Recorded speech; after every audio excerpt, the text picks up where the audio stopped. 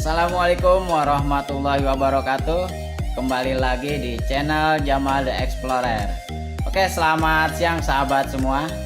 Pada kesempatan kali ini kita bersama ibu-ibu yang super keren ya. Oke, lebih akrabnya kita panggil Sis ya. Sis, namanya siapa sih? Sis Lia. Sis Lia. Oke, di sini sangat menarik ya. Sis Lia ini di umurnya yang cukup lumayan lah, udah kepala 4. Tapi beliau masih sanggup menaiki 2 gunung ya. Iya. 2 gunung. Weh, gunung apa? Sumbing dan Bismo. Gunung Sumbing dan Bismo.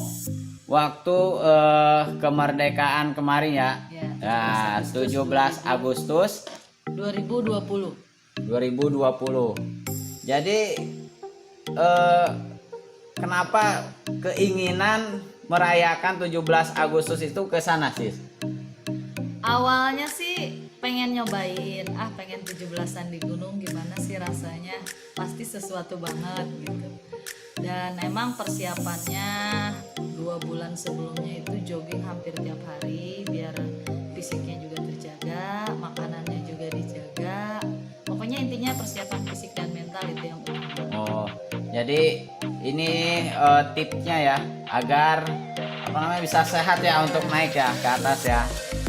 Oke. Di era pandemi seperti ini ya, Ya. new normal lah ya. Ya. Itu untuk persyaratannya naik ke gunung itu seperti apa? Biasa ya, standar kalau untuk persyaratan surat sehat dari dokter, surat keterangan perjalanan dari desa, itu saja. Yang utama adalah kita harus cari tahu bahwa gunung yang akan kita daki itu ketinggiannya berapa, terus treknya seperti apa, base campnya kita akan melalui base camp mana. Jadi sebelumnya kita sudah kontak base camp di sana bahwa kita akan naik tanggal sekian gitu. Jadi kita sudah kalau orang-orang sekarang bilangnya daftar online dulu lah. Oh, jadi bisa daftar online gitu Bisa. ya? Biasanya seperti itu. Iya. Jadi kita cari informasi dulu nih. Gunung X yang akan kita daki misalkan Gunung Sumbing. Oh, udah buka belum? Kalau emang udah buka ya udah kita kontak. Karena pakai kuota juga. Gitu. Nah, sekarang berapa orang kotanya itu untuk sekali naik?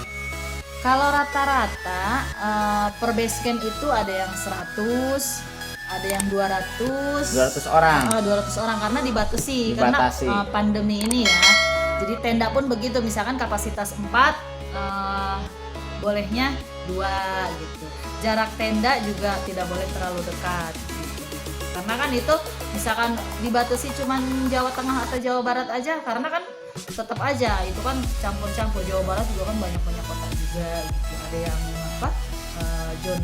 masih zona merah atau zona hijau, Iya, karena yang iya. diutamakan itu udah zona hijau. Udah zona hijau ya. Ya. Di sini berangkat bersama siapa aja? Bersama teman-teman. Ada berapa orang tuh, Sis? Sekitar ada 6 orang. 6 orang. Dari Ya. sini pemberangkatan itu sudah dicek kesehatan semua ya. Semua masing-masing, misalkan saya kan nggak hanya dari Bogor aja, ada teman yang dari Jakarta, ada yang dari mana. Jadi mereka masing-masing buat surat sehat dari kotanya masing-masing dan buat surat keterangan jalan dari desa. Surat keterangan dari desa. Ya, surat keterangan perjalanan. Peralatan yang dibawa apakah sudah standar? Dari mulai sleeping bag, sepatu, tas, jaket, alat makan, obat-obatan, logistik atau makanan selama berapa hari. Kalau untuk air minum kan berat, nggak mungkin bawa dari sini, paling udah beli di tempat di sana. Oke. Jadi persiapan perjalanan itu penting banget. Jadi kita tulis tuh rencana perjalanan kita mau ngapain aja. Di tiap pos kita istirahat di mana berapa lama. Jadi target bisa tercapai. Minimal mendekati lah dari rencana gitu. Ya. Oke, untuk di gunung kan di sana tuh susah apa tidak mencari air itu? Itu yang paling utama mungkin air ya. Ya. Coba kita tanyakan. Setiap gunung itu rata-rata sedikit jalur airnya.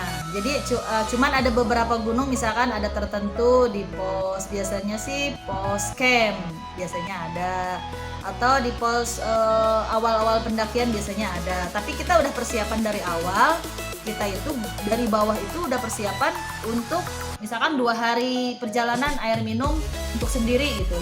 Kita kan standar 1 hari itu 2 liter. Oh berarti buat sendiri itu bawa 4 liter untuk 2 hari. 2 hari 4 Ya. liter ya, Ya. minimal ya.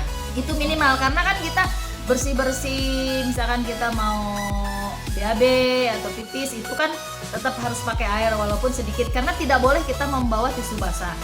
Jadi Kenapa tuh? tidak bisa terurai secara cepat dan dia kan mengandung alkohol juga. Jadi yang lebih aman adalah tisu kering karena tisu basah itu pasti kena razia di base camp.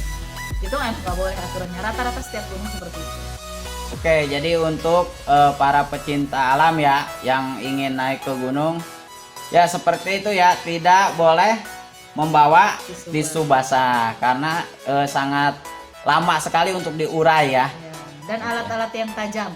Boleh pisau tapi pisau lipat yang kecil untuk mengiris-ngiris. Jadi tidak boleh bawa golok karena gunung yang sekarang itu banyaknya gunung wisata. Jadi kita nggak harus nebas-nebas atau gimana. Karena kan berbahaya juga kalau kita bawa golok yang ukurannya panjang. Paling pisau lipat aja atau cutter gitu aja. Oke, ada tips lain?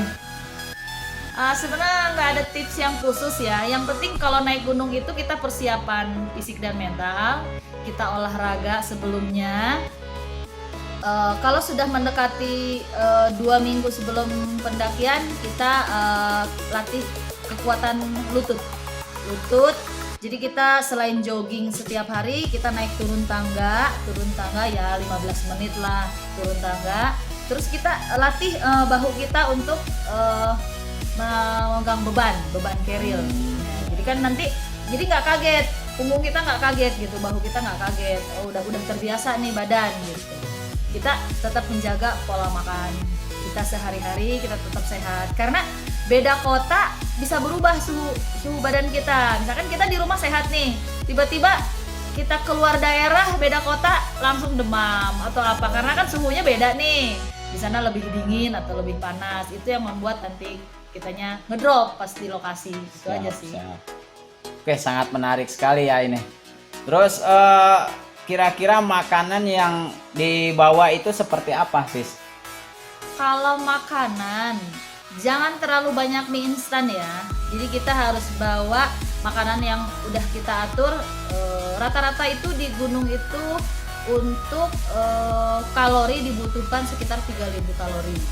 Jadi kita misalkan kita belanja nih madu, berapa kalorinya ada tertera di sana. Berapa kilokalori. Misalkan mie instan itu rata-rata 325 kalori. Itu sangat kecil. Beda dengan seperti kayak keju, susu, roti, itu kan praktis. Tidak boros air gitu loh. Kalau untuk air paling ya untuk susu madu, atau kita mau bikin apa yang hangat-hangat teh gitu. Jadi kita minimalkan lah bawaan kita minimalisir, tapi tetap kalori kita terpenuhi. Oke. Jadi harus sehat karena tempat dingin kita kurang gizi itu bikin ngedrop. Kita butuh tenaga yang cukup ekstra. Mungkin untuk buahnya itu buah apa aja yang cocok dibawa? Ya. Buah itu yang cocok pisang. Pisang itu cepet dicerna, cepet. Jadi kalau kita lagi nanjak nih, biasanya sih di warung-warung banyak yang jual, warung-warung setiap pos. Itu pisang. Saya paling suka pisang dan semangka. Semangka karena dia mengandung Banyak air ya. Ya. Jadi bisa untuk mengganti Stamina, cairan ya, ya. cairan yang hilang juga. Ya. Jangan lupa untuk obat-obatan yang kita bawa. Obat-obatannya nggak ribet ya. Obat-obat standar seperti apa? Betadine, kapas, plester, obat kram atau apa? Counter pain. Untuk apa? Minyak kayu putih atau fresh care, dan obat-obatan pribadi masing-masing kan pasti beda lah. Misalkan punya sakit mah berarti ada Milanta atau Proma, atau sering sakit kepala ya bawa Panadol atau lain-lainnya. Itu obat-obatan pribadi itu sangat penting karena kita kan beda suhu, bisa kedinginan, kembung dan lain-lain. Kondisi badan kita basah, kita nggak buru-buru salin, itu akan sensitif sekali sakit. Dan saya bagi untuk kalau kita misalkan untuk bersih-bersih badan kita, terutama perempuan ya yang agak ribet sedikit. Jadi kita kalau untuk bersih-bersih itu kita menggunakan tisu kering, dibasahin dulu baru kita lap. Jadi kalau kita misalkan mau BAB juga cari tempat lah yang kira-kiranya tempat itu layak untuk misalkan kita untuk buang air besar. Karena di sana tidak ada toilet. Ya toiletnya toilet seadanya seperti itu. Kita gali tanah, di situ kita rapihkan kembali, kita timbun oleh tanah juga sama daun-daun yang kering. Kita bersih-bersihnya pakai tisu kering dibasahin ya, seperti itulah kondisinya. Begitupun kalau kita pipis atau kencing, ya kalau bisa laki-laki itu ya jangan berdiri lah kalau pipis, jongkok. Kita ikuti aturan adat istiadat yang ada. Begitupun agama kita kan menyatakan seperti itu. Itu saja sih ya. Yang jelas kita harus sehat, itu aja, makan yang cukup dan olahraga yang teratur. Oke, saya tambahin ya. Sekarang pendaki sekarang itu banyaknya pendaki yang apa ya? Yang penting dia menikmati liburan di tengah-tengah kesibukan sehari-hari dia bekerja. Sabtu Minggu dia mendaki gunung dengan persiapan yang kurang. Dia pengennya enjoy. Saya beberapa kali berpapasan dengan pendaki yang membawa speaker portable ya, yang disambungkan dengan handphone atau flash disk dan lain-lain. Itu bagi saya kurang etis lah. Oke lah, misalkan biar dia nggak capek pada saat nanjak dia ngedengerin musik. Tapi ya kalau bisa dikecilin, jadi hanya dia aja yang denger. Ini kadang-kadang suaranya dia lagi nanjak, kita turun udah kedengeran. Itu yang mengganggu. Bukan hanya mengganggu para pendaki yang lain, tapi binatang-binatang di sana juga terganggu gitu loh. Dan yang utama adalah bawa kembali minimal sampah yang kita bawa. Misalkan sampah bekas-bekas makan kita, itu harus kita bawa pulang lagi. Begitupun yang perokok. Biasanya setiap base camp itu dikasih botol crapping bag, disimpannya di luar carrier. Itu kalau puntung rokok itu, jadi kalau bingung ngebuangnya tinggal dimasukin ke botol crapping bag itu. Jadi simple sih sebenarnya kalau kita, itu kan hal-hal kecil tapi sangat-sangat berguna. Bergunanya bukan hanya untuk diri kita sendiri tapi untuk orang lain, dan yang utama adalah kebersihan di gunung. Kan enak kalau gunung bersih, kita enak foto-foto di mana, mau memandang, terus nggak bau sampah. Aduh, gunung-gunung sekarang apalagi gunung favorit itu tahu sendirilah ya, Gunung Prau, Gunung Semeru, sampah di mana-mana, orang buang air besar sembarangan, nggak dirapikan lagi, nggak sesuai lah gitu. Jadi semaunya, asal dia menikmati alam, tapi yang dia lakukan itu dia membuang sampah sembarangan. Itu yang saya sangat miris gitu lah dengan pendaki-pendaki sekarang yang sifatnya seperti itu ya. Kalau bisa kita minimalkan, mulai dari diri kita sendiri maksudnya. Oke. Salah satu alasan kenapa saya sampai usia 41 itu masih suka naik gunung, padahal sebenarnya orang tua itu berat untuk mengizinkan. Karena kenapa sih udah usia segitu harusnya yang lain gitu hobinya, ini masih suka naik gunung. Kenapa? Saya alasan utamanya ingin sehat. Jadi saya termotivasi untuk minimal saya setengah jam olahraga. Ya yang simpel itu olahraga jogging. Jadi saya tiap hari olahraga jogging, walaupun tidak ada rencana untuk pendakian, tapi tetap olahraga itu dilakukan minimal setengah jam. Setiap habis subuh itu seger banget. Kalau olahraga siang emang untuk menguruskan badan, tapi saya pengen sehat. Intinya itu, saya naik gunung, saya pengen sehat. Ya mudah-mudahan sehat sampai usia 70. Saya masih pengen naik gunung itu. Pokoknya asik lah, nggak bisa diceritakan satu persatu. Pokoknya kalau sudah naik pasti beda rasanya. Itu intinya. Oke. Banyak orang naik gunung itu yang diambil adalah view-nya. Dia bawa apa? Kamera atau handphone lah, handphone yang paling praktis. Jadi dia mencari view-nya. Dia mengejar misalkan ke puncak misalkan tengah malam. Harus pada saat matahari terbit harus sampai di puncak. Oke, dia mengejar view-nya. Tapi itu yang kebanyakan orang. Tapi ada beberapa orang tidak harus didokumentasikan, dia hanya menikmati, tidak harus jepret sana jepret sini atau selfie lah yang sekarang lagi ngetren ya, atau bikin video. Dia hanya penikmat aja, penikmat alam. Dia menikmati, dia benar-benar daripada obat stres karena dia hari-hari kerja, jadi Sabtu Minggu atau weekend dia menikmati.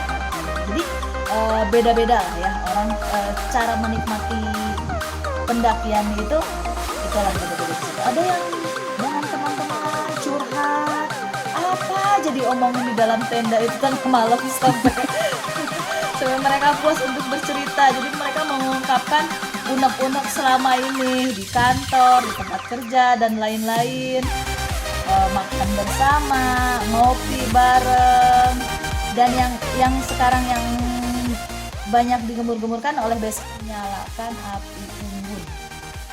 Karena sekarang kan musim panas. Jadi kalau kita menyalakan sesuatu sedikit aja kan daun-daun itu pada kering, jadi itu sangat berbahaya. Apalagi kalau hutan pinus ya, itu kan hutan pinus walaupun kayunya basah tetap aja dia akan tetap menyala. Jadi aja untuk menyalakan api itu tadi bintang itu udah cukup. Kalau dulu iya api unggun, sekarang enggak, jangan ya. Oke sahabat semua, terima kasih telah menyaksikan dengan setia channel kami. Jangan lupa like dan subscribe Jamal the Explorer. Oke? Terima kasih.